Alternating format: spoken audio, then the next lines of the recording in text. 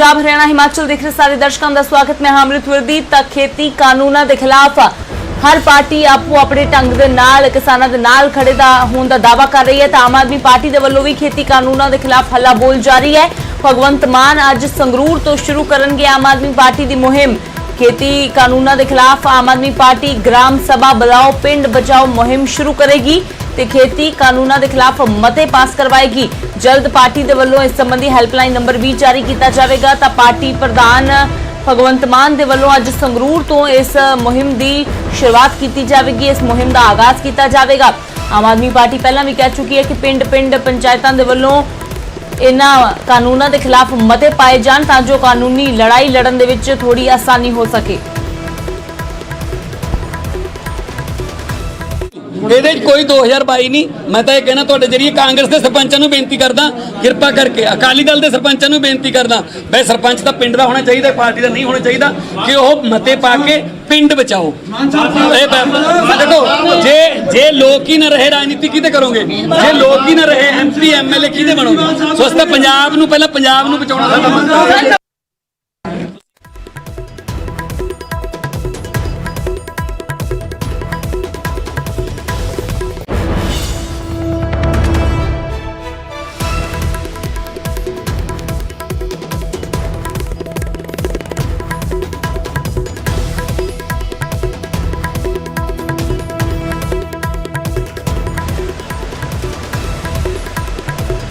आम आदमी पार्टी के वलों भी अपनी मुहिम का अज आगाज किया जाएगा। भगवंत मान के वलों संगरूर तो शुरुआत की जाएगी।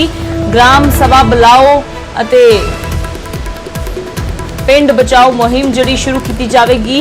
आम आदमी पार्टी खेती कानूनों के खिलाफ मते भी पास करवाएगी। तो जल्द पार्टी के वलों इस संबंधी हेल्पलाइन नंबर भी जारी किया जाएगा ताकि जेकर किसी को कोई शंका है, कोई खदशा है तो उसनूं दूर किया जा सके।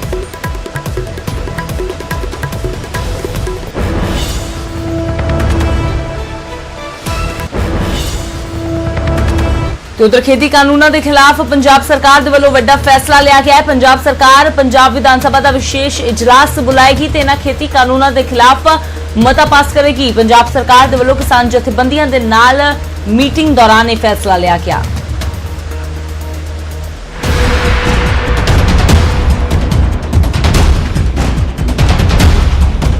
खेती कानूनों के खिलाफ कैप्टन सरकार भी आर पार के मूड के विच नजर आ रही है। खेती कानूनों के खिलाफ रणनीति तैयार करने के लिए सीएम के वलों 31 किसान जथेबंदियों के नाल बैठक की गई। इस दौरान किसान जथेबंदियों के वलों आपो अपने सुझाव दिए गए। इस दे बाद कैप्टन सरकार ने वड्डा फैसला लिया। खेती कानूनों के खिलाफ पंजाब सरकार के वलों विशेष इजलास सद्या जाएगा, जिसतों साफ है कि कैप्टन सरकार नवे खेती कानूनों के खिलाफ मते पास करने की तैयारी विच है। स्पैशल इजलास सद के ਜਿਹੜੇ ਆਰਡੀਨੈਂਸ ਹੈ ਇਹਨਾਂ ਨੂੰ ਰੱਦ ਕਰੋ ਵੀ ਅਸੀਂ ਲਾਗੂ ਨਹੀਂ ਕਰਾਂਗੇ। ਪੰਜਾਬ 'ਚ ਇਹਨਾਂ ਆਰਡੀਨੈਂਸਾਂ ਨੂੰ ਪੰਜਾਬ ਦੇ ਵਿੱਚ ਲਾਗੂ ਨਹੀਂ ਕਰਾਂਗੇ। ਇਹ ਫੈਸਲਾ ਹੋਇਆ।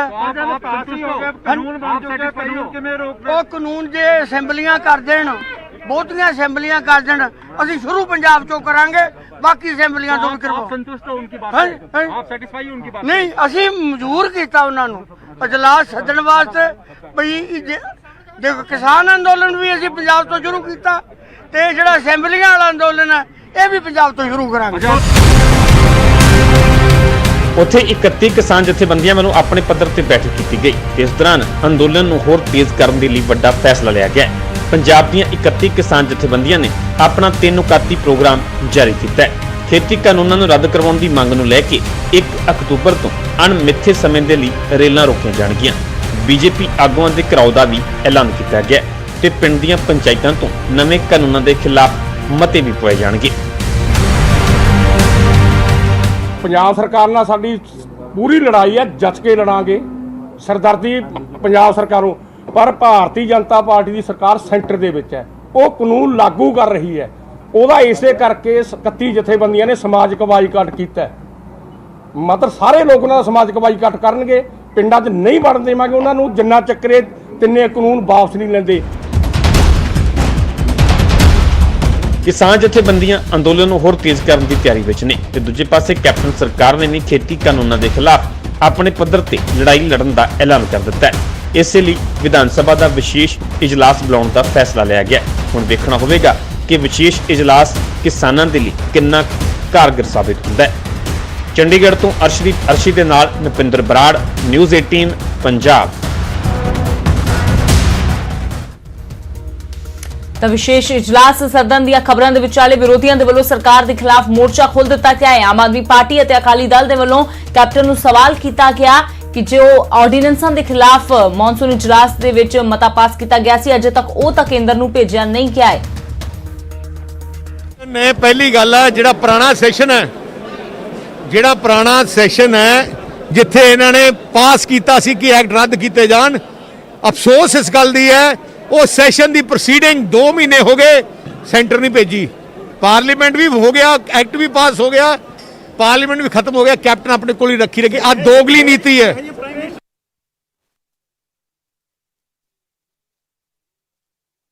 ਇੱਕ ਮਤਾ ਪਾਇਆ ਸੀਗਾ ਕਿ ਅਸੀਂ ਇਹਨਾਂ ਦੀ ਨਿੰਦਾ ਕਰਦੇ ਹਾਂ, ਇਹਨਾਂ ਨੂੰ ਰੱਦ ਕਰਦੇ ਹਾਂ, ਪਰ ਲੇਕਿਨ ਪੰਜਾਬ ਦਾ ਮੁੱਖ ਮੰਤਰੀ ਕਿਸ ਤਰ੍ਹਾਂ ਸੈਂਟਰ ਸਰਕਾਰ ਦੇ ਇਹਨਾਂ ਬਿੱਲਾਂ ਦੀ ਲੁਕਵੇਂ ਰੂਪ 'ਚ ਸਪੋਰਟ ਕਰਦਾਗਾ, ਕਿਸ ਤਰ੍ਹਾਂ ਇਹਨਾਂ ਬਿੱਲਾਂ ਦੇ ਹੱਕ 'ਚ ਖੜਾਗਾ। ਇਹ ਮਤਾ ਪੰਜਾਬ ਵਿਧਾਨ ਸਭਾ ਨੇ 9 ਸਤੰਬਰ ਨੂੰ ਕਿੰਨੇ ਦਿਨਾਂ ਬਾਅਦ, ਲਗਭਗ 11-12 ਦਿਨਾਂ ਬਾਅਦ ਜਿਹੜਾ ਹੈਗਾ ਕਿੱਥੇ ਭੇਜਿਆ? ਪੰਜਾਬ ਸਰਕਾਰ ਨੂੰ ਭੇਜਿਆ। ਅੱਗੇ ਪੰਜਾਬ ਸਰਕਾਰ ਨੇ ਇਹ ਮਤਾ ਜਿਹੜਾ ਹੈਗਾ ਸੈਂਟਰ ਸਰਕਾਰ ਨੂੰ ਨਹੀਂ ਭੇਜਿਆ ਹੈਗਾ। ਇੱਕ ਆ ਲੈਟਰ ਜਿਹੜਾ ਹੈਗਾ, ਆ ਲੈਟਰ ਜਿਹੜਾ ਹੈਗਾ ਉਹ ਦੇਸ਼ ਦੇ ਪ੍ਰਧਾਨ ਮੰਤਰੀ ਸਾਹਿਬ ਨੂੰ ਕੈਪਟਨ ਅਮਰਿੰਦਰ ਸਿੰਘ ਨੇ ਲਿਖਿਆ ਹੈਗਾ। ਰੈਜ਼ੋਲੂਸ਼ਨ ਦੀ ਕਾਪੀ ਹਾਲੇ ਵੀ ਨਹੀਂ ਭੇਜੀ ਹੈਗੀ। ਸੋ ਇੱਥੋਂ ਪਤਾ ਲੱਗਦਾ ਕਿ ਪੰਜਾਬ ਦਾ ਮੁੱਖ ਮੰਤਰੀ ਕਿੰਨਾ ਜਿਹੜਾ ਹੈਗਾ ਨੌਨ ਸੀਰੀਅਸ ਆ, ਕਿੰਨਾ ਕੋ ਕਿਸਾਨ ਵਿਰੋਧੀ ਆ, ਕਿੰਨਾ ਕੋ ਜਿਹੜਾ ਹੈਗਾ ਲੋਕਾਂ ਦੇ ਖਿਲਾਫ ਆ। ਆਹ ਜਿਹੜਾ ਰੈਜ਼ੋਲੂਸ਼ਨ ਅਡਾਪਟ ਕੀਤਾ ਸੀ, ਸਮੇਂ ਸਿਰ ਕਿਉਂ ਨਹੀਂ ਭੇਜਿਆ? ਇਹ ਕਿਉਂ ਨਹੀਂ ਦੇਸ਼ ਦੀ ਪਾਰਲੀਮੈਂਟ ਦੇ ਵਿੱਚ ਟੇਬਲ ਤੇ ਰੱਖਿਆ? ਉਧਰ ਇਸ ਪੱਕੀ ਹੋਈ ਸਿਆਸਤ ਦੇ ਵਿਚਾਲੇ ਹਰਸਿਮਰਤ ਕੌਰ ਬਾਦਲ ਦੇ ਵੱਲੋਂ ਪ੍ਰਧਾਨ ਮੰਤਰੀ ਨਰਿੰਦਰ ਮੋਦੀ ਤੇ ਵੱਡਾ ਹਮਲਾ ਕੀਤਾ ਗਿਆ ਹੈ। ਹਰਸਿਮਰਤ ਕੌਰ ਬਾਦਲ ਨੇ ਕਿਹਾ ਕਿ 2011 ਦੇ ਵਿੱਚ ਬਤੌਰ ਮੁੱਖ ਮੰਤਰੀ ਪੀਐਮ ਮੋਦੀ ਨੇ ਇਸ ਗੱਲ ਦੀ ਵਕਾਲਤ ਕੀਤੀ ਸੀ ਕਿ ਐਮਐਸਪੀ ਹੋਣਾ ਲਾਜ਼ਮੀ ਹੈ, ਤਾਂ ਹੁਣ ਪ੍ਰਧਾਨ ਮੰਤਰੀ ਬਣਨ ਤੋਂ ਬਾਅਦ ਸੁਰ ਕਿਉਂ ਬਦਲ ਗਏ ਨੇ? ਕਿਹਾ ਨਰਿੰਦਰ ਮੋਦੀ ਖੁਦ ਐਮਐਸਪੀ ਦੀ ਵਕਾਲਤ ਕਰਦੇ ਸੀ। 2011 ਚ ਬਤੌਰ ਸੀਐਮ ਖੁਦ ਕੇਂਦਰ ਨੂੰ ਸਲਾਹ ਦਿੱਤੀ ਸੀ ਕਿ ਐਮਐਸਪੀ ਨੂੰ ਲਾਜ਼ਮੀ ਕਰਨਾ ਚਾਹੀਦਾ ਹੈ। ਤਤਕਾਲੀ ਪੀਐਮ ਮਨਮੋਹਨ ਸਿੰਘ ਨੂੰ ਸਿਫਾਰਿਸ਼ ਕੀਤੀ ਸੀ, ਪਰ ਪੀਐਮ ਬਣਨ ਤੋਂ ਬਾਅਦ ਕਿਉਂ ਸੁਰ ਬਦਲ ਗਏ ਨੇ? ਇਹ ਸਵਾਲ ਹਰਸਿਮਰਤ ਕੌਰ ਬਾਦਲ ਦੇ ਵੱਲੋਂ ਕੀਤਾ ਗਿਆ ਹੈ ਪ੍ਰਧਾਨ ਮੰਤਰੀ ਨਰਿੰਦਰ ਮੋਦੀ ਨੂੰ। ਮੋਦੀ ਸਾਹਿਬ 2011 ਵਿੱਚ ਮੋਦੀ ਸਾਹਿਬ ਹੁੰਦੇ ਸੀ ਮੁੱਖ ਮੰਤਰੀ ਗੁਜਰਾਤ ਦੇ, ਦਿੱਲੀ ਵਿੱਚ ਸਰਕਾਰ ਹੁੰਦੀ ਸੀ ਸਰ ਮਨਮੋਹਨ ਸਿੰਘ ਪ੍ਰਧਾਨ ਮੰਤਰੀ ਜੀ ਦੀ, ਤੇ ਮੋਦੀ ਸਾਹਿਬ ਨੂੰ 2011 ਵਿੱਚ ਚੇਅਰਮੈਨ ਵਰਕਿੰਗ ਗਰੁੱਪ ਇੱਕ ਚੇਅਰਮੈਨ ਬਣਾਇਆ ਸੀ ਮੁੱਖ ਮੰਤਰੀਆਂ ਦੇ। ਇੱਥੇ ਬਾਦਲ ਸਾਹਿਬ ਨਾਲ ਵੀ ਕਈ ਵਾਰੀ ਮੁਲਾਕਾਤ ਚਰਚਾ ਕਰਦੇ ਰਹਿੰਦੇ ਨੇ। ਬਤੌਰ ਚੇਅਰਮੈਨ ਦਾ ਉਹਨਾਂ ਨੇ ਮਨਮੋਹਨ ਸਿੰਘ ਨੂੰ ਇਸ ਕੰਜ਼ਿਊਮਰ ਅਫੇਅਰ ਦੇ ਵਰਕਿੰਗ ਗਰੁੱਪ ਦਾ ਚੇਅਰਮੈਨ ਹੋਣ ਦੇ ਨਾਤੇ ਸਲਾਹ ਦਿੱਤੀ, ਤੇ ਸਲਾਹ 'ਚ ਕੀ ਲਿਖਿਆ? ਇਨਫੋਰਸ ਐਮਐਸਪੀ, ਮਤਲਬ ਐਮਐਸਪੀ ਨੂੰ ਲਾਜ਼ਮੀ ਕੀਤਾ ਜਾਏ, ਬਲਕਿ ਇਹਦੇ ਵਿੱਚ ਇੱਕ ਕਾਨੂੰਨ ਬਣਾਇਆ ਜਾਏ ਕਿ ਕਿਸੇ ਕਿਸਾਨ ਨੂੰ ਐਮਐਸਪੀ ਤੋਂ ਘੱਟ ਵਿੱਚ ਖਰੀਦ ਨਹੀਂ ਹੋਗੀ। ਇਹ ਮੋਦੀ ਸਾਹਿਬ ਨੇ 2011 ਵਿੱਚ, ਤੇ ਮੋਦੀ ਸਾਹਿਬ ਤੁਸੀਂ ਆਪ ਇਹਦੀ ਵਕਾਲਤ ਕਰਦੇ ਸੀਗੇ, ਲੇਕਿਨ ਮੁੱਖ ਮੰਤਰੀ ਤੋਂ ਪ੍ਰਧਾਨ ਮੰਤਰੀ ਬਣਦੇ ਉਸ ਰਸਤੇ 'ਚ ਕੀ ਹੋ ਗਿਆ ਕਿ ਅੱਜ ਅਕਾਲੀ ਦਲ ਮੰਗ ਕਰ ਰਿਹਾ ਹੈ ਤੇ ਤੁਸੀਂ ਸਾਡੇ ਕਿਸਾਨਾਂ ਨੂੰ ਵੀ ਕੁਰਬਾਨ ਕਰਤਾ, ਆਪ ਦੀ ਭਾਈਵਾਲੀ ਦਾ ਵੀ ਨਹੀਂ ਸੁਣੀ, ਮੰਤਰੀ ਦੀ ਵੀ ਨਹੀਂ ਸੁਣੀ, 18 ਪਾਰਟੀਆਂ ਦੀ ਵੀ ਨਹੀਂ ਸੁਣ ਰਹੇ। ਜਿਹੜੀ ਚੀਜ਼ ਤੁਸੀਂ ਆਪ ਕਹਿੰਦੇ ਸੀ ਹੋਣੀ ਚਾਹੀਦੀ। ਤੇ ਖੇਤੀ ਕਾਨੂੰਨਾਂ ਤੋਂ ਸ਼ੁਰੂ ਹੋਈ ਲੜਾਈ ਹੁਣ 2022 ਦੀਆਂ ਚੋਣਾਂ ਤੱਕ ਪਹੁੰਚ ਗਈ ਹੈ। ਪੰਜਾਬ ਬੀਜੇਪੀ ਪ੍ਰਧਾਨ ਅਸ਼ਵਨੀ ਸ਼ਰਮਾ ਨੇ ਕਿਹਾ ਕਿ 2022 ਦੇ ਵਿੱਚ ਉਹ ਆਪਣੇ ਦਮ ਤੇ ਲੜਨਗੇ ਵੀ ਤੇ ਜੰਗ ਜਿੱਤ ਕੇ ਵੀ ਦਿਖਾਉਣਗੇ। ਤਾਂ ਉਧਰ ਹਰਸਿਮਰਤ ਕੌਰ ਬਾਦਲ ਨੇ ਤੰਜ਼ ਕੱਸਦਿਆਂ ਕਿਹਾ ਕਿ ਕਿਸ ਨੂੰ ਕਿੰਨੀਆਂ ਸੀਟਾਂ ਮਿਲਣੀਆਂ ਨੇ ਇਹ ਤਾਂ ਜਨਤਾ ਹੀ ਤੈਅ ਕਰੇਗੀ। ਇਹ ਜਨਤਾ ਪਾਰਟੀ ਅੱਜ ਦੇ ਸਮੇਂ ਦੇ ਅੰਦਰ ਰਾਜਨੀਤੀ ਦੇ ਅੰਦਰ 2022 ਨੂੰ ਚੁਣਾਵ ਹੈ ਔਰ ਭਾਰਤੀ ਜਨਤਾ ਪਾਰਟੀ 117 ਦੀਆਂ 17 ਸੀਟਾਂ 'ਚ ਲੜੇਗੀ और ਉਹਦੇ ਅੰਦਰ ਅਗਰ ਕੋਈ ਹਮ ਖਿਆਲੀ ਲੋਕ ਆਉਂਦੇ ਨੇ ਪਾਰਟੀ ਉੱਤੇ ਵਿਚਾਰ ਕਰੇਗੀ, ਲੇਕਿਨ ਅੱਜ ਦੀ ਦ੍ਰਿਸ਼ਟੀ 'ਚ 117 ਦੀਆਂ 17 ਸੀਟਾਂ ਦੇ ਉੱਤੇ ਪਾਰਟੀ ਆਪਣੇ ਸੰਗਠਨ ਨੂੰ ਆਪਣੀ ਤਿਆਰੀ ਨੂੰ ਲੈ ਕੇ ਪੂਰੀ ਤਰ੍ਹਾਂ ਕਟੀਬੱਧ ਹੈ ਔਰ ਪੰਜਾਬ ਦੀ ਜਨਤਾ ਨੂੰ ਇੱਕ ਵਿਕਲਪ ਭਾਰਤੀ ਜਨਤਾ ਪਾਰਟੀ ਪੰਜਾਬ 'ਚ ਦੇ कि अज तो बहुत कुछ कह रहे हैं, लेकिन जिस दिन ऑर्डिनेंस पास होया 2.5 महीने च अगे पिछे मैं फिरदी रही, थोड़ा RSS विरोध करता रहा, थोड़ा किसान संघ मैनू चिट्ठी लिखता रहा, ਤੁਸੀਂ ਕਿੰਨੀ ਕੁ ਵਾਰੀ ਆਪਣੀ ਸਰਕਾਰ ਦੇ ਕੋਲ ਗਏ ਤੇ ਕਿੰਨੀ ਕੁ ਵਾਰੀ ਇਹਦੇ ਪੱਖ ਵਿੱਚ ਤੁਸੀਂ ਆਪਦਾ ਮੂੰਹ ਖੋਲਿਆ, ਜਿਹੜਾ ਅੱਜ ਖੋਲਿਆ ਜਦ ਇੱਕ ਦਬਕਾ ਤੁਹਾਨੂੰ ਦਿੱਲੀੋਂ ਆਇਆ ਹੈ ਤਾਂ ਬੋਲਣ ਲੱਗੇ। ਤੁਸੀਂ ਇਹਦੀ ਗੱਲਾਂ ਕਰੋ, 117 ਸੀਟਾਂ ਵਿੱਚੋਂ ਤੁਹਾਨੂੰ ਕਿੰਨੀਆਂ ਮਿਲਣਗੀਆਂ ਪੰਜਾਬ ਦੀ ਜਨਤਾ ਨੂੰ। ਉਧਰ ਕਿਸਾਨਾਂ ਦੀ ਇਸ ਲੜਾਈ ਦੇ ਵਿੱਚ ਹੁਣ ਕਲਾਕਾਰਾਂ ਦਾ ਸਾਥ ਮਿਲ ਰਿਹਾ ਹੈ ਤੇ ਇਸੇ ਲਈ ਚੰਡੀਗੜ੍ਹ ਦੇ ਵਿੱਚ ਕਿਸਾਨ ਜਥੇਬੰਦੀਆਂ ਦੇ ਵੱਲੋਂ ਕਲਾਕਾਰਾਂ ਦੇ ਨਾਲ ਵੀ ਮੀਟਿੰਗ ਕੀਤੀ ਗਈ ਹੈ ਤੇ ਇਸ ਮੀਟਿੰਗ ਦੇ ਦੌਰਾਨ ਫੈਸਲਾ ਲਿਆ ਗਿਆ ਹੈ ਕਿ ਇੱਕ ਸਾਂਝੀ ਕਮੇਟੀ ਬਣਾਈ ਜਾਵੇਗੀ। 14 ਮੈਂਬਰੀ ਸਾਂਝੀ ਕਮੇਟੀ ਦਾ ਗਠਨ ਕੀਤਾ ਜਾਵੇਗਾ ਜੋ ਪ੍ਰਦਰਸ਼ਨਾਂ ਦੀ ਰੂਪਰੇਖਾ ਤਿਆਰ ਕਰੇਗੀ। ਕਿਸਾਨ ਅਤੇ ਪੰਜਾਬੀ ਕਲਾਕਾਰ ਮਿਲ ਕੇ ਖੇਤੀ ਕਾਨੂੰਨਾਂ ਦੇ ਖਿਲਾਫ ਸੰਘਰਸ਼ ਵਿੱਢਣਗੇ। ਚੰਡੀਗੜ੍ਹ 'ਚ ਕਿਸਾਨ ਜਥੇਬੰਦੀਆਂ ਅਤੇ ਪੰਜਾਬੀ ਕਲਾਕਾਰਾਂ ਦੀ ਮੀਟਿੰਗ ਹੋਈ ਹੈ। ਇਸ ਮੀਟਿੰਗ ਦੇ ਵਿੱਚ ਇਹ ਫੈਸਲਾ ਲਿਆ ਗਿਆ ਕਿ ਅੱਗੇ ਦੀ ਰੂਪਰੇਖਾ ਕੀ ਹੋਵੇਗੀ, ਇਹ ਮਿਲ ਕੇ ਉਲੀਕੀ ਜਾਵੇਗੀ। ਕਿਸਾਨ ਜਥੇਬੰਦੀਆਂ ਨੇ ਕਲਾਕਾਰਾਂ ਨੂੰ ਇਹ ਵੀ ਅਪੀਲ ਕੀਤੀ ਹੈ ਕਿ ਨੌਜਵਾਨਾਂ ਨੂੰ ਵੱਡੀ ਗਿਣਤੀ ਦੇ ਵਿੱਚ ਉਹਨਾਂ ਦੇ ਨਾਲ ਜੋੜਿਆ ਜਾਵੇ ਤੇ ਇਸ ਸੰਘਰਸ਼ ਦੇ ਬਾਰੇ ਉਹਨਾਂ ਨੂੰ ਦੱਸਿਆ ਜਾਵੇ। ਦੱਸ ਦਈਏ ਕਿ ਲਗਾਤਾਰ ਵੱਡੀ ਗਿਣਤੀ ਦੇ ਵਿੱਚ ਕਲਾਕਾਰਾਂ ਦੇ ਵੱਲੋਂ ਸਮਰਥਨ ਕੀਤਾ ਜਾ ਰਿਹਾ ਹੈ ਇਹਨਾਂ ਕਿਸਾਨਾਂ ਦੇ ਜੋ ਲੜਾਈ ਹੈ ਉਸ ਦੇ ਵਿੱਚ ਖੇਤੀ ਕਾਨੂੰਨਾਂ ਦੇ ਖਿਲਾਫ। ਕਦੇ ਬਟਾਲਾ ਦੇ ਵਿੱਚ, ਕਦੇ ਨਾਭਾ, ਸ਼ੰਭੂ ਬੈਰੀਅਰ ਤੇ ਕਦੇ ਮਾਨਸਾ ਦੇ ਵਿੱਚ ਕਲਾਕਾਰ ਡਟੇ ਹੋਏ ਨੇ। ਮੈਂਬਰੀ ਕਮੇਟੀ ਕਲਾਕਾਰਾਂ ਵੱਲੋਂ ਔਰ 7 ਮੈਂਬਰੀ ਕਮੇਟੀ ਜਿਹੜੇ ਸਾਡੇ 31 ਜਥੇਬੰਦੀਆਂ ਹੈਗੀਆਂ ਕਿਸਾਨੀ, ਉਹਨਾਂ ਦੇ ਵੱਲੋਂ 7 ਬੰਦੇ ਜਿਹੜੇ ਹੈਗੇ ਆਗੂ ਚੁਣੇ ਗਏ ਆ। ਸੋ ਉਹ ਆਪਸ ਦੇ ਰਾਬਤਾ ਕਰਕੇ ਸਾਨੂੰ ਅੱਗੇ ਜਿੰਨੇ ਵੀ ਹੋਰ ਕਲਾਕਾਰ ਭਾਈਚਾਰਾ ਜਿੰਨਾ ਵੀ ਸਾਡਾ ਹੈਗਾ, ਅਸੀਂ ਅੱਗੇ ਉਹਨਾਂ ਨੂੰ ਇਨਫੋਰਮੇਸ਼ਨ ਦਾਂਗੇ ਕਿ ਅਗਲੀ ਰਣਨੀਤੀ ਸਾਡੀ ਕੀ ਹੋਊਗੀ। ਸੋ ਅੱਜ ਸਾਰਾ ਸਹਿਮਤੀ ਦੇ ਨਾਲ ਉਹ ਮੇਰੇ ਖਿਆਲ ਚੁਣੇ ਤਾਂ ਨਹੀਂ ਗਏ ਹਾਲੇ ਤੱਕ, ਪਰ ਉਹਦੇ ਬਾਅਦ ਲਿਸਟ ਉਹਨਾਂ ਨੇ ਜਾਰੀ ਕਰਨੀ ਹੈ ਕੌਣ ਕੌਣ ਹੋਊਗਾ। ਬਾਕੀ ਮੈਂ ਇੱਕ ਗੱਲ ਕਹਿਣਾ ਚਾਹੂੰਗੀ ਕਿ ਜਿਹੜੇ ਕਲਾਕਾਰ ਹੈਗੇ ਅਸੀਂ ਸਾਰੇ ਇੱਕ ਹੀ ਆ, ਇਹਦੇ ਵਿੱਚ ਕੋਈ 7 ਜਣੇ ਨਹੀਂ ਹੋਣਗੇ ਤੇ 6 ਨਹੀਂ, ਕਿਉਂਕਿ ਅਸੀਂ ਸਾਰੇ ਇੱਕ ਹੀ ਹੈਗੇ ਆ, ਸਾਰੇ ਹੀ ਆਗੂ ਹੈਗੇ ਆ। ਸਿਰਫ ਇਹ ਹੈ ਕਿ ਸਾਨੂੰ ਹੁਕਮ ਕਰਨ ਕਿ ਸਾਡੀ ਕਿੱਥੇ ਲੋੜ ਹੈਗੀ ਆ। ਅਸੀਂ ਇਹਨਾਂ ਜਿੰਨੇ ਵੀ 31 ਜਥੇਬੰਦੀਆਂ ਅਸੀਂ ਇਹਨਾਂ ਦੀ ਆਵਾਜ਼ ਬਣ ਕੇ ਨੌਜਵਾਨਾਂ ਤੱਕ ਇਹਨਾਂ ਦੀ ਆਵਾਜ਼ ਪਹੁੰਚਾਵਾਂਗੇ। ਤੇ ਇਧਰ ਖੇਤੀ ਕਾਨੂੰਨਾਂ ਦੇ ਖਿਲਾਫ ਸਿਆਸਤ ਪੱਕੀ ਹੋਈ ਹੈ। ਕਿਸਾਨਾਂ ਦੇ ਵੱਲੋਂ ਸੰਘਰਸ਼ ਵੱਡੇ ਪੱਧਰ ਤੇ ਉਲੀਕਣ ਦੀ ਗੱਲ ਆਖੀ ਗਈ ਹੈ ਤੇ ਸਭ ਦੇ ਵਿਚਾਲੇ ਬੀਜੇਪੀ ਵੀ ਲਗਾਤਾਰ ਬਾਰ-ਬਾਰ ਕੋਸ਼ਿਸ਼ਾਂ ਕਰ ਰਹੀ ਹੈ ਕਿ ਕਿਸਾਨਾਂ ਨੂੰ ਸਮਝਾਇਆ ਜਾਵੇ। ਇਸ ਲਈ ਬੀਜੇਪੀ ਹੁਣ ਜਾਗਰੂਕਤਾ ਮੁਹਿੰਮ ਵੀ ਸ਼ੁਰੂ ਕਰਨ ਜਾ ਰਹੀ ਹੈ। ਬੀਜੇਪੀ ਦੇ ਵੱਲੋਂ ਮਾਰਚ ਕੱਢੇ ਜਾ ਰਹੇ ਨੇ, ਕਿਸਾਨਾਂ ਦੇ ਸ਼ੰਕੇ ਦੂਰ ਕਰਨ ਦੀ ਗੱਲ ਆਖ ਰਹੀ ਹੈ ਬੀਜੇਪੀ। ਚੰਡੀਗੜ੍ਹ 'ਚ ਬੀਜੇਪੀ ਕਿਸਾਨ ਮੋਰਚਾ ਸਰਗਰਮ ਹੋ ਗਿਆ ਹੈ। ਮੋਰਚੇ ਦੇ ਕੌਮੀ ਪ੍ਰਧਾਨ ਰਾਜਕੁਮਾਰ ਨੇ ਬੈਠਕ ਕੀਤੀ ਤੇ ਕਿਸਾਨ ਮੋਰਚੇ ਦੇ ਅਹੁਦੇਦਾਰਾਂ ਦੇ ਨਾਲ ਮੀਟਿੰਗ ਕੀਤੀ ਹੈ। ਖੇਤੀ ਕਾਨੂੰਨਾਂ ਨੂੰ ਲੈ ਕੇ ਜਾਗਰੂਕਤਾ ਮੁਹਿੰਮ ਬਾਰੇ ਚਰਚਾ ਵੀ ਹੋਈ ਹੈ ਤੇ ਕਿਹਾ ਜਾ ਰਿਹਾ ਹੈ ਕਿ ਕਿਸਾਨਾਂ ਦੇ ਹਿੱਤ ਦੇ ਵਿੱਚ ਇਹ ਫੈਸਲੇ ਲਏ ਗਏ ਨੇ, ਪਰ ਕਾਂਗਰਸ ਇਹਨਾਂ ਫੈਸਲਿਆਂ ਦਾ ਵਿਰੋਧ ਕਰ ਰਹੀ ਹੈ। बिलों पर कांग्रेस के बढ़ते हुए विरोध प्रदर्शनों को देखते हुए भारतीय जनता पार्टी ने भी कमर कस ली है। इस वक्त मेरे साथ बीजेपी किसान मोर्चा के राष्ट्रीय अध्यक्ष राजकुमार चाहर मौजूद हैं, जो आज चंडीगढ़ में है, क्योंकि सबसे ज़्यादा अगर विरोध कहीं देखने को मिल रहा है तो पंजाब हरियाणा में देखने को मिल रहा है और चंडीगढ़ दोनों प्रदेशों की राजधानी है। तो उनसे बात करेंगे और जानेंगे क्या स्ट्रैटेजी है कांग्रेस का जवाब देने के लिए उनकी। राजकुमार जी, पहला सवाल तो ये कि आज आप यहाँ चंडीगढ़ आए हैं, पंजाब की भी बैठक आपने की, चंडीगढ़ की भी की है, किस तरीके से देखते हैं जो विरोध प्रदर्शन कांग्रेस के द्वारा हो रहे हैं? हालांकि वो कहते हैं कि किसानों का विरोध प्रदर्शन है, उनका सिर्फ समर्थन है, और बीजेपी इसका किस तरह जवाब देगी? देखिए, सबसे पहले तो मैं पंजाब सहित देश के सभी किसानों को बधाई देना चाहता हूँ कि बहुत ही ऐतिहासिक और बहुत ही क्रांतिकारी बिल जो किसान की आय को निरंतर बढ़ाएगा, माननीय प्रधानमंत्री नरेंद्र मोदी जी ने देश के किसानों को दिया है, उनके हितों की रक्षा करते हुए। रही बात विरोध की, तो राजनीतिक कारणों से विरोध करना, राजनीतिक दल विरोधी होने के कारण विरोध करना, लोगों में विशेषकर किसानों में इस बिल को लेकर भ्रम की स्थिति पैदा करना, ये कांग्रेस पार्टी का चेहरा है। वो कांग्रेस पार्टी जिसने पूरे अपने शासनकाल के अंदर किसानों की दुर्दशा की। बीजेपी के तमाम कार्यकर्ता और नेता हैं। दीदार सिंह हैं, बीजेपी किसान मोर्चा चंडीगढ़ के अध्यक्ष हैं। इनसे बात करेंगे और जानेंगे कि किस तरीके से कांग्रेस के प्रोटेस्ट का वो जवाब देंगे और लोगों की जो भ्रांतियां हैं इन बिलों को लेकर किसानों की, उसको कैसे दूर करेंगे। दीदार सिंह जी, क्या कार्यक्रम आपने बनाए, क्योंकि हम देख रहे हैं कि कांग्रेस लगातार इसको लेकर प्रोटेस्ट कर रही है और दबाव बनाने की कोशिश सरकार पर कर रही है?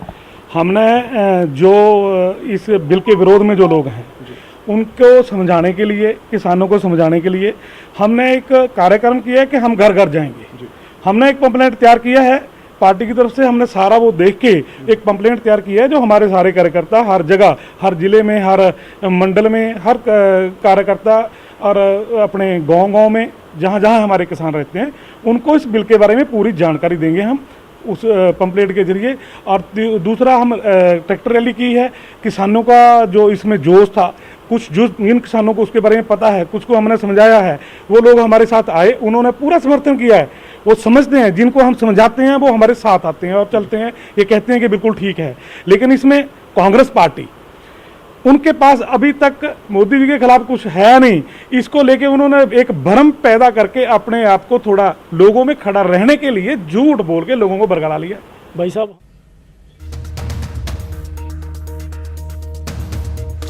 ਅਗਲੀ ਖਬਰ ਦਾ ਰੁਖ ਕਰਦੇ ਹਾਂ। ਪੰਜਾਬ ਪੁਲਿਸ ਦੇ ਵਿੱਚ ਵੱਡਾ ਫੇਰਬਦਲ ਕੀਤਾ ਗਿਆ ਹੈ। 4 ਐਸਐਸਪੀ ਸਮੇਤ 15 ਅਫਸਰਾਂ ਦਾ ਤਬਾਦਲਾ ਕੀਤਾ ਗਿਆ ਹੈ। ਸਤਿੰਦਰ ਸਿੰਘ ਮੋਹਾਲੀ ਦੇ ਨਵੇਂ ਐਸਐਸਪੀ ਬਣ ਗਏ ਨੇ।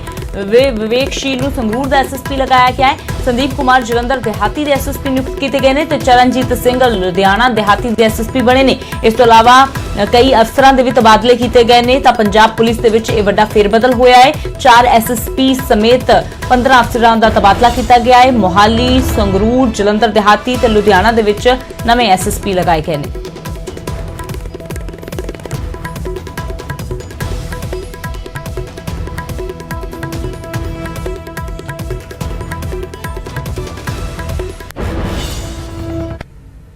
ਤੇ ਗੱਲ ਕਰਦੇ ਹਾਂ ਸਾਬਕਾ ਡੀਜੀਪੀ ਸੁਮੇਧ ਸੈਣੀ ਦੀ। ਸੁਮੇਧ ਸੈਣੀ ਤੋਂ ਅੱਜ ਇੱਕ ਵਾਰ ਫਿਰ ਤੋਂ ਪੁੱਛਗਿੱਛ ਹੋਵੇਗੀ। ਜੀ ਹਾਂ, ਸਿੱਟ ਦੇ ਵੱਲੋਂ ਸੁਮੇਧ ਸੈਣੀ ਤੋਂ ਅੱਜ ਇੱਕ ਵਾਰ ਫਿਰ ਤੋਂ ਪੁੱਛਗਿੱਛ ਕੀਤੀ ਜਾਵੇਗੀ। ਬਲਵੰਤ ਮੁਲਤਾਨੀ ਕੇਸ ਦੇ ਵਿੱਚ ਦੱਸ ਦਈਏ ਕਿ ਸੋਮਵਾਰ ਨੂੰ ਵੀ ਮੈਰਾਥਨ ਪੁੱਛਗਿੱਛ ਸਿੱਟ ਵੱਲੋਂ ਕੀਤੀ ਗਈ ਸੀ। ਸੁਮੇਧ ਸੈਣੀ ਤੋਂ ਕਰੀਬ 6 ਘੰਟਿਆਂ ਤੱਕ ਸੈਣੀ ਤੋਂ ਸਵਾਲ ਜਵਾਬ ਕੀਤੇ ਗਏ ਸੀ।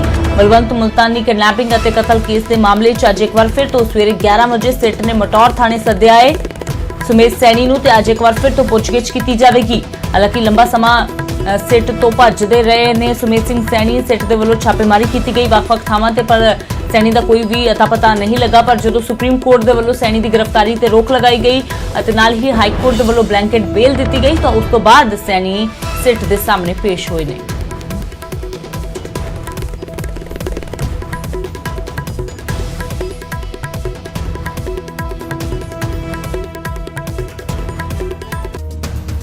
ਇਸ ਤੋਂ ਬਾਅਦ ਇੱਕ ਵਾਰ ਫਿਰ ਤੁਹਾਡਾ ਸਵਾਗਤ ਹੈ। ਗੱਲ ਕਰਦੇ ਹਾਂ ਹਿਮਾਚਲ ਦੇ ਮੰਡੀ ਦੀ, ਜਿੱਥੇ ਹਾਈ ਵੋਲਟੇਜ ਡਰਾਮਾ ਦੇਖਣ ਨੂੰ ਮਿਲਿਆ ਹੈ। ਇੱਥੇ ਸ਼ਰਾਬ ਦੇ ਨਸ਼ੇ 'ਚ ਧੁੱਤ ਇੱਕ ਮਹਿਲਾ ਦੇ ਵੱਲੋਂ ਜ਼ਬਰਦਸਤ ਹੰਗਾਮਾ ਕਰ ਦਿੱਤਾ ਗਿਆ। ਮਹਿਲਾ ਦੇ ਵੱਲੋਂ ਲੋਕਾਂ ਵੱਲ ਪੱਥਰ ਚਲਾਏ ਗਏ। ਹਾਲਾਂਕਿ ਮਹਿਲਾ ਨੂੰ ਕਾਬੂ ਕਰਨ ਦੇ ਲਈ ਪੁਲਿਸ ਦੇ ਪਸੀਨੇ ਤੱਕ ਛੁੱਟ ਗਏ। ਫਿਲਹਾਲ ਆਖਿਰਕਾਰ ਪੁਲਿਸ ਨੇ ਮਹਿਲਾ ਨੂੰ ਹਿਰਾਸਤ ਵਿੱਚ ਲੈ ਲਿਆ ਹੈ।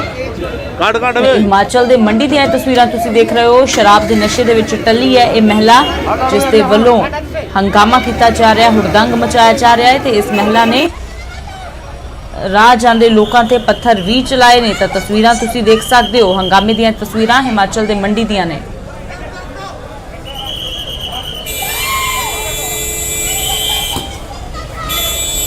ਤਾਂ ਤਸਵੀਰਾਂ ਤੁਸੀਂ ਦੇਖ ਸਕਦੇ ਹੋ ਹਿਮਾਚਲ ਦੇ ਮੰਡੀ ਦੀਆਂ ਇਹ ਤਸਵੀਰਾਂ, ਜਿੱਥੇ ਇਸ ਨਸ਼ੇ 'ਚ ਟੱਲੀ ਮਹਿਲਾ ਦੇ ਵੱਲੋਂ ਜ਼ਬਰਦਸਤ ਹੰਗਾਮਾ ਕੀਤਾ ਗਿਆ। ਇਸ ਮਹਿਲਾ ਨੂੰ ਕਾਬੂ ਕਰਨ ਦੇ ਲਈ ਪੁਲਿਸ ਨੂੰ ਕਾਫੀ ਮੁਸ਼ੱਕਤ ਵੀ ਕਰਨੀ ਪਈ, ਕਿਉਂਕਿ ਇਹ ਮਹਿਲਾ ਕਿਸੇ ਦੇ ਹੱਥ ਹੀ ਨਹੀਂ ਆ ਰਹੀ ਸੀ।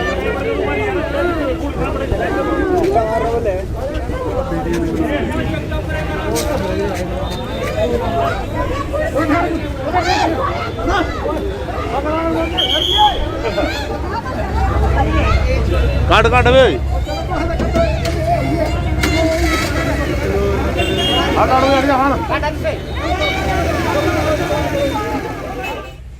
ਤੇ ਗੱਲ ਕਰਦੇ ਹਾਂ ਬਰਨਾਲਾ ਦੀ, ਜਿੱਥੇ ਸਰਕਾਰ ਵੱਲੋਂ ਲਗਾਏ ਰੋਜ਼ਗਾਰ ਮੇਲੇ ਦੇ ਵਿੱਚ ਪਹੁੰਚੇ ਅਧਿਆਪਕਾਂ ਦੇ ਵੱਲੋਂ ਪ੍ਰਦਰਸ਼ਨ ਕੀਤਾ ਗਿਆ, ਕਿਉਂਕਿ ਲੰਬੇ ਸਮੇਂ ਤੋਂ ਇਹ ਨੌਕਰੀ ਦੀ ਮੰਗ ਕਰ ਰਹੇ ਨੇ, ਪਰ ਅਜੇ ਤੱਕ ਨੌਕਰੀ ਇਹਨਾਂ ਨੂੰ ਨਹੀਂ ਮਿਲੀ ਹੈ।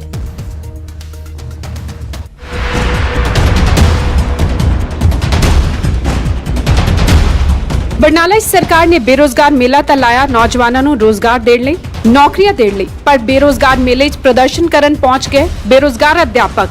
ਲੰਬੇ ਸਮੇਂ ਤੋਂ ਨੌਕਰੀ ਦੀ ਮੰਗ ਨੂੰ ਲੈ ਕੇ ਧਰਨੇ ਪ੍ਰਦਰਸ਼ਨ ਕਰ ਚੁੱਕੇ ਬੇਰੋਜ਼ਗਾਰ ਅਧਿਆਪਕਾਂ ਨੇ ਵੱਡੀ ਗਿਣਤੀ ਵਿੱਚ ਰੋਜ਼ਗਾਰ ਮੇਲੇ 'ਚ ਪਹੁੰਚ ਕੇ ਇਲਜ਼ਾਮ ਲਾਇਆ ਕਿ ਸਰਕਾਰ ਰੋਜ਼ਗਾਰ ਮੇਲਿਆਂ ਦੇ ਨਾਂ ਤੇ ਨੌਜਵਾਨਾਂ ਨੂੰ ਗੁੰਮਰਾਹ ਕਰ ਰਹੀ ਹੈ।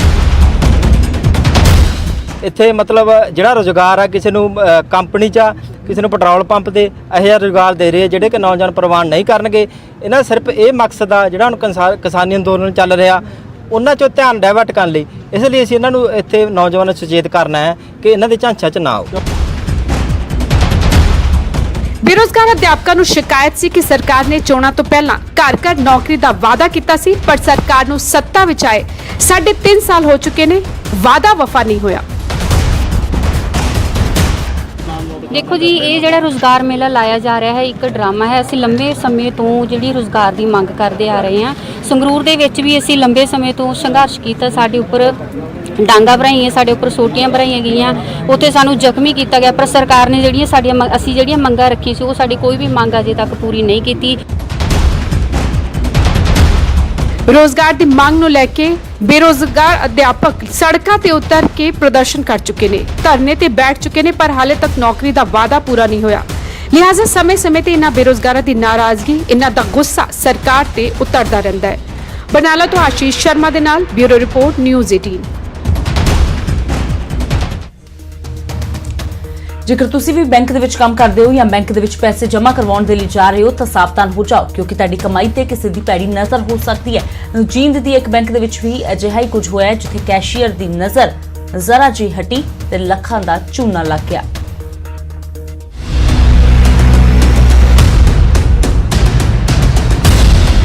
ਸਿਰਫ 36 ਸੈਕਿੰਡ, ਜੀ ਹਾਂ, ਸਿਰਫ 36 ਸੈਕਿੰਡ ਅਤੇ 20 ਲੱਖ ਤੇ ਹੱਥ ਸਾਫ਼ ਕਰ ਦਿੱਤਾ।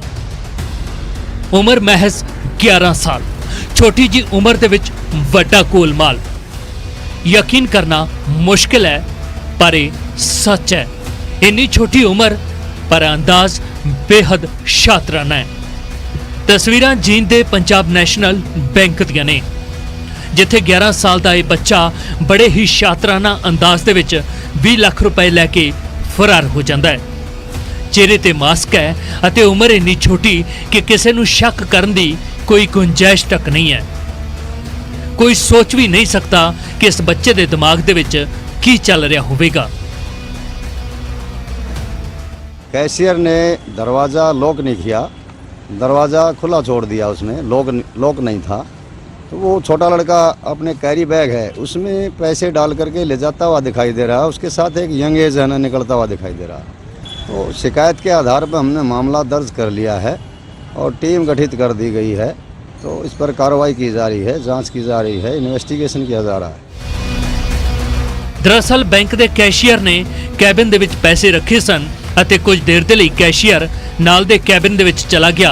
ਬਸ ਇੰਨੇ ਵਿੱਚ ਨਾਬਾਲਗ ਚੋਰ ਨੇ ਮੌਕਾ ਵੇਖਿਆ ਅਤੇ 20 ਲੱਖ ਤੇ ਹੱਥ ਸਾਫ਼ ਕਰ ਦਿੱਤਾ। ਉਸਨੇ ਕਿਸੇ ਪੇਸ਼ੇਵਰ ਚੋਰ ਦੀ ਤਰ੍ਹਾਂ ਹੱਥ ਦੀ ਸਫਾਈ ਦਿਖਾਈ। ਮਾਮਲੇ ਦਾ ਖੁਲਾਸਾ ਉਸ ਵਕਤ ਹੋਇਆ ਜਦੋਂ ਸ਼ਾਮ ਨੂੰ ਬੈਂਕ ਦੇ ਵਿੱਚ ਜਮ੍ਹਾਂ ਰਾਸ਼ੀ ਦਾ ਮਿਲਾਨ ਕੀਤਾ ਗਿਆ ਤਾਂ 20 ਲੱਖ ਰੁਪਏ ਘੱਟ ਪਾਏ ਗਏ। ਸੀਸੀਟੀਵੀ ਦੀ ਜਾਂਚ ਕੀਤੀ ਗਈ ਤਾਂ ਪੂਰੇ ਮਾਮਲੇ ਦਾ ਖੁਲਾਸਾ ਹੋ ਗਿਆ। फिलहाल पुलिस ने मामला दर्ज करके सीसीटीवी के आधार पर जांच शुरू कर दी है, पर इस उम्र दे विच इन्ना वड्डा अपराध सोचने के लिए मजबूर करता है। जींद तो विजेंद्र कुमार, न्यूज़ 18।